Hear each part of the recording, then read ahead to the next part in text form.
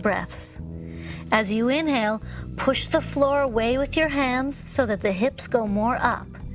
As you exhale, squeeze your legs very strong. They should help to pull you backwards. Inhale, head and neck relax, jaw softens. Exhale, really press the heels down towards the floor firmly.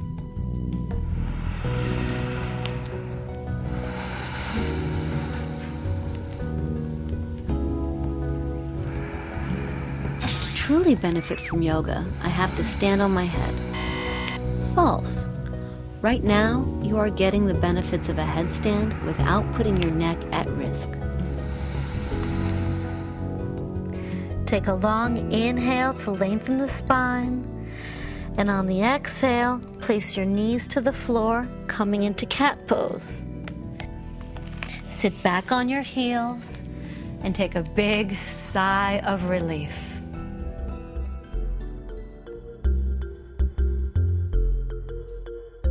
Our modern world is designed for forward bending. All day long, we hunch over a desk or a steering wheel, and we bend forward to pick things up. Over time, this has a negative effect on the body, which is why older people tend to slump or hunch over. To reverse this process, we do a series of poses called back bends. The process of bending backwards increases flexibility in the back so that you don't hunch. But more importantly, it strengthens the muscles in your back.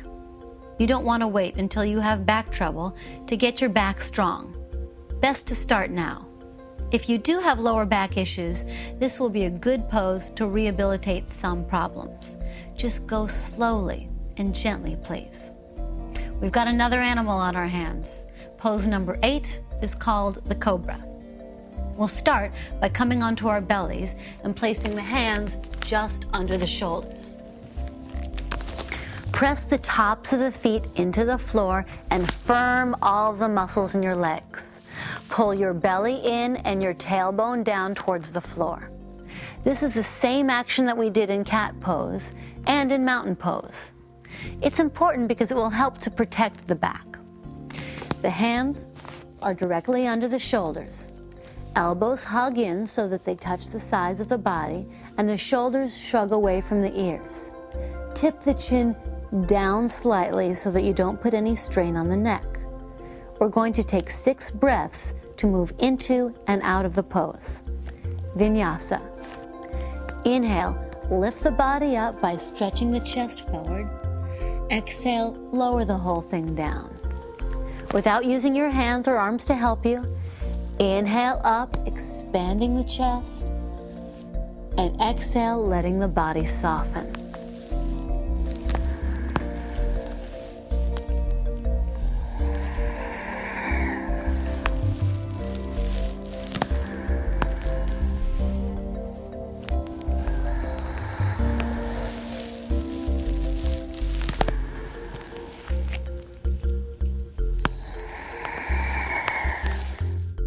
We're always inhaling to expand the chest and exhaling to soften and release to the floor. Now that we've warmed up the back by doing the pose dynamically, we're going to go into it again and hold it. This time, we will use the arms a little to get a little deeper into the pose. But keep in mind, you should be feeling it in the upper back, not the lower back. If you start to feel discomfort in the lower back, ease off. You're probably in too deep. So, hands under the shoulders, belly in, tailbone down. Hug the elbows in so that they touch the body and shrug the shoulders away from the ears. Let's inhale to come up just a little at first, and exhale, squeeze the shoulder blades together behind you. Inhale to expand the chest and come up a little bit more. Exhale to really hug the elbows into your body. A flexible spine is one of the benefits of a regular yoga practice.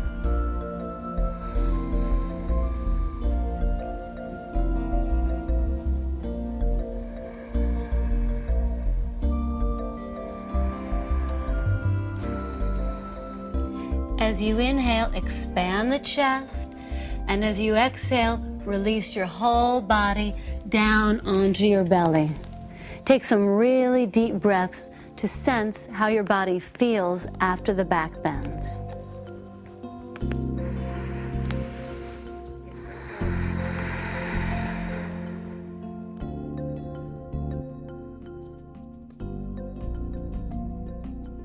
After doing all that work to strengthen the back, it's time to stretch it out.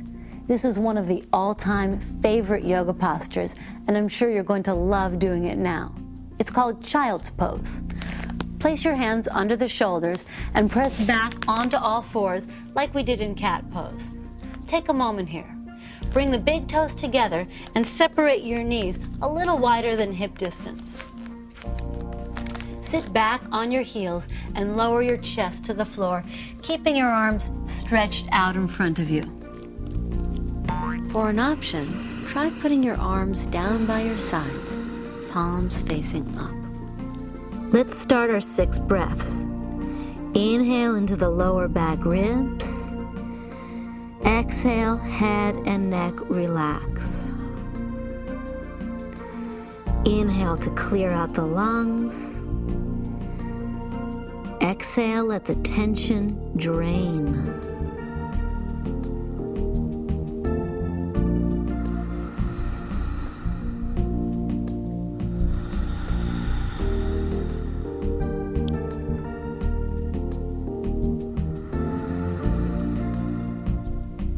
Try to breathe into the lower back ribs. This will help expand your entire back and eliminate stress. Last big inhale, and exhale fully. Bring the knees back to hips distance apart. Sit back on the heels and slowly roll up. Again, if this is hard on the knees, just shift your body to one side and let's all sit tall.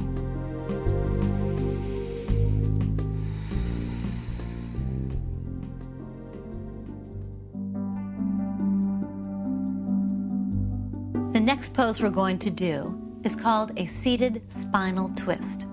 It's a fundamental move. You'll find yourself twisting in any yoga class. If you're not comfortable sitting on the floor, go ahead and get into a chair now. Twists are known to be good for digestion and help to improve flexibility in the spine. To start, let's sit with our legs crossed comfortably. Keep in mind, you can place a cushion or towel under the sit bones, or feel free to sit in a chair.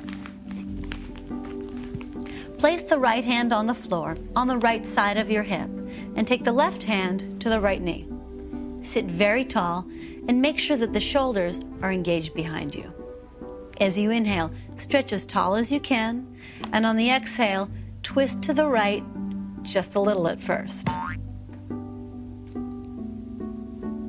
Let's start the breathing. Every time you inhale, stretch a little taller, and every time you exhale, twist just a little bit more, gazing now over the right shoulder. Even if you don't move any deeper than you are now, it's the intention that counts. Inhale to get taller, exhale, twist a little bit more.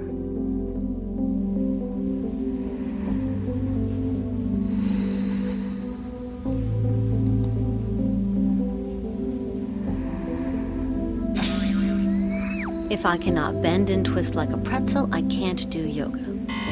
False. Whatever your age, flexibility, or fitness level, you can do yoga.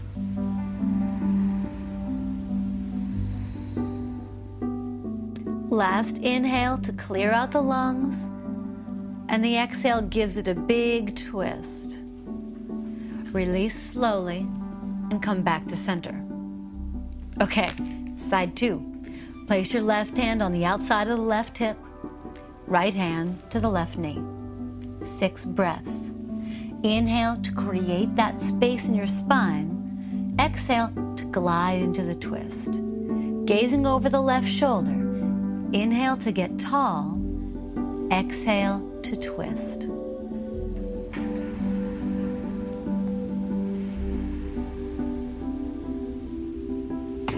Yoga originated in India over 5,000 years ago and